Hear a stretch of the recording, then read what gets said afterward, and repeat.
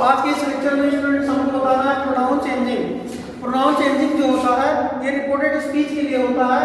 Reported speech में अगर pronoun आपके फर्स्ट पर्सन या सेकंड पर्सन होते हैं तो उसका परिवर्तन रिपोर्टिंग वर्ब के सब्जेक्ट और ऑब्जेक्ट के अनुसार होता है। यानी rule number one, if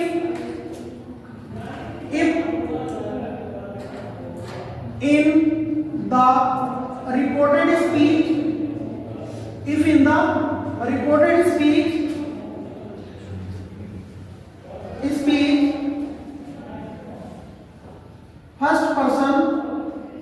first person pronoun is used, then it will be changed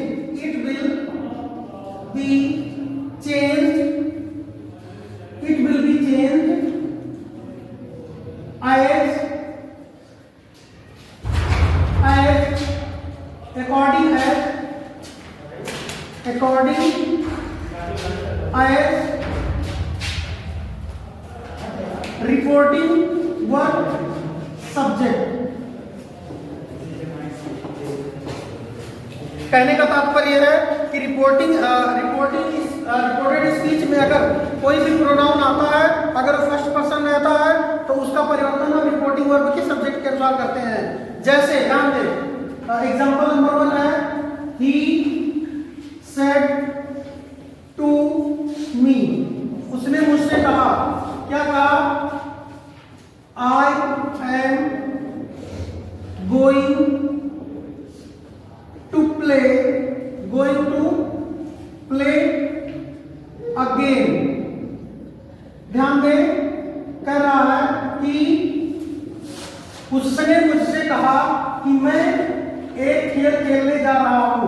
ध्यान दीजिए, ये आपका रिपोर्टेड स्पीच जो है ये फर्स्ट पर्सन है, यानी रिपोर्टेड स्पीच जो है इसका सब्जेक्ट फर्स्ट पर्सन है। तो फर्स्ट पर्सन सब्जेक्ट का परिवर्तन रिपोर्टिंग वर्ब के सब्जेक्ट के अनुसार होता है। अगर रिपोर्टिंग वर्ब का सब्जेक्ट आपका फर्स्ट पर्सन है, थर्ड पर्सन है या नाउन है, तो नाउन के स्थान पर यहाँ पर प्रोनाउंस का यूज होगा। अगर वो प्रोनाउन ऑलरेडी है तो उसी फॉर्मेट में यहाँ होगा। यानी परिवर्तन क्या होगा, इसमें लिख देंगे he said to equal to told me that he was going to play again. ध्यान दें, इसमें 3 परिवर्तन हुआ है। सबसे पहला परिवर्तन said to equal to told. Said to को टोल्ड में बदलते हैं जब आपका रिपोर्टेड स्पीच आपका असर्टिव फॉर्म में होता है तब। नंबर 2, ये डबल इन्वर्टेड कॉमा को हटाने के लिए कंजंक्शन दैट का प्रयोग किया जाता है। और सूत्र बताया गया है कि अगर आपका reported speech present continuous tense में है तो इसका परिवर्तन पास्ट कंटीन्यूअस टेंस में होगा, यानी is am are is equal to was were होता है। तो उस हिसाब से second number, he said to them we have won this game। ध्यान दें, ये आपका रिपोर्टेड स्पीच जो है ये किस टेंस में है? रिपोर्टेड स्पीच आपका ये प्रेजेंट परफेक्ट टेंस में है। किसमें है? प्रेजेंट परफेक्ट टेंस में। तो present perfect change into past perfect होता है, ये भी ध्यान दें। प्रोनाउन चेंजिंग हमको करना है तो ये प्रोनाउन चेंजिंग आपका रिपोर्टेड स्पीच का जो प्रोनाउन है, सब्जेक्ट है, ये कौन से फॉर्म में है? फर्स्ट पर्सन है, यानी फर्स्ट पर्सन किसके अनुसार बदला जाएगा? सब्जेक्ट के अनुसार। कौन सा सब्जेक्ट? रिपोर्टिंग वर्ब का सब्जेक्ट। तो रिपोर्टिंग वर्ब का सब्जेक्ट ही है तो उस हिसाब से यहाँ पर ही होना चाहिए। लेकिन आपका ये जो रिपोर्टेड स्पीच का सब्जेक्ट है ये प्लूरल फॉर्म में है, फर्स्ट पर्सन प्लूरल फॉर्म में है। तो फर्स्ट पर्सन प्लूरल फॉर्म में होने से ये हो जाएगा आपका दे। यानी आप ये कह सकते हैं कि थर्ड पर्सन जो प्रोनाउन होते हैं उसका सिंगुलर नंबर ए, ही और उसका प्लूरल नंबर दे होता है। हैव इक्वल टू हैड, क्योंकि बताया गया है हैव इक्वल टू क्या हो जाता है? This equal to that game, यानी इस हिसाब से बदला जाएगा। कंजक्शन दैट यूज करेंगे, देन को देन वही लिखेंगे, said to equal to told हो जाएगा। And E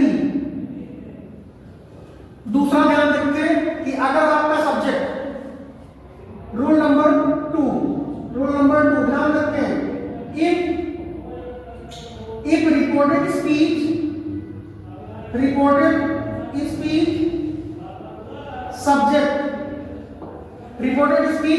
subject is second person means you is subject person, then it will be changed according to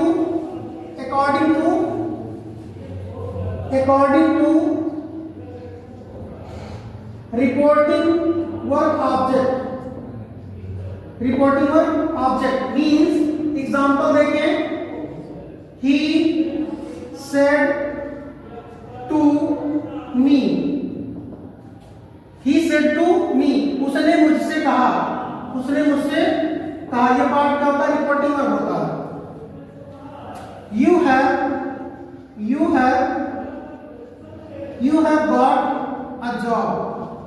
have got a job last year।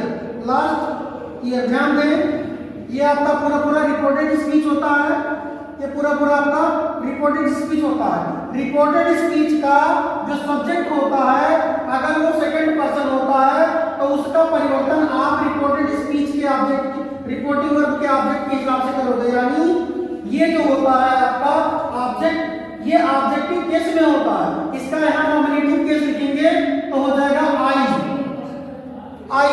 यानी कहने का मतलब यह है कि रिपोर्टिंग वर्ब का ऑब्जेक्ट अगर जो होता है वो उसके हिसाब से इसको बदला जाता है। किसको? रिपोर्टेड स्पीच के सब्जेक्ट का परिवर्तन रिपोर्टिंग वर्ब के ऑब्जेक्ट के अनुसार होता है। लेकिन अगर आपका ऑब्जेक्ट प्रोनाउन है तो उसके ऑब्जेक्टिव केस को देख करके उसका नॉमिनेटिव केस फाइंड करते हैं और नॉमिनेटिव केस को यहाँ पर लिखते हैं। यानी मी का नॉमिनेटिव केस आई हो जाएगा। Has equal to had, got a job last year, और इधर हो जाएगा he said to equal to told me that. ध्यान दें, कभी कभी आपके सेंटेंस में ऑब्जेक्ट नहीं दिया रहता है।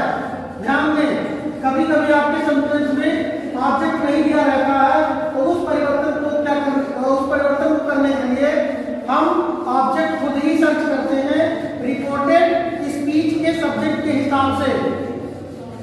रिपोर्टेड स्पीच का सब्जेक्ट आपका जो होगा उस हिसाब से उसके ऑब्जेक्ट को हम लिखते हैं।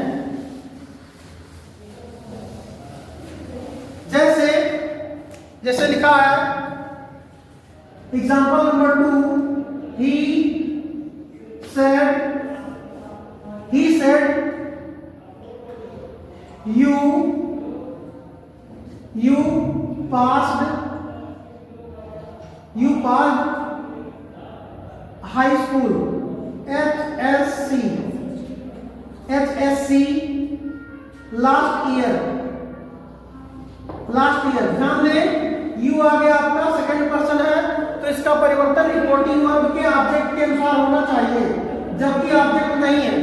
तो अगर ऑब्जेक्ट नहीं होता है, आपका सब्जेक्ट यू होता है, तो ये मान के चलिए कि आपको ही वो कह रहा है। ये कभी हो जाता है। ध्यान दीजिए, कह रहा है ही सेड, उसने कहा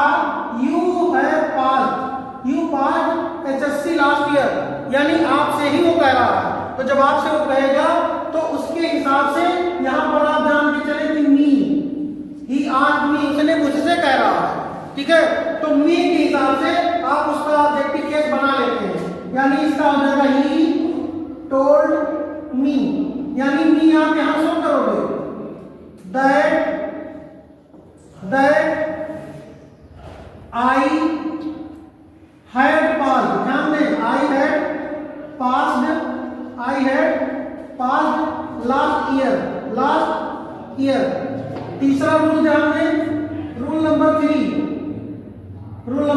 3 if subject of reporting or reported speech will be if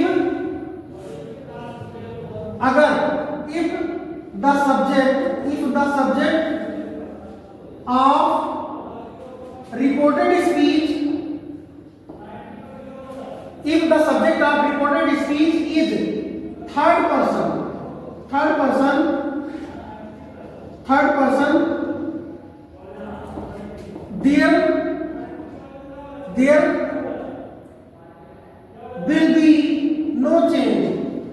there will be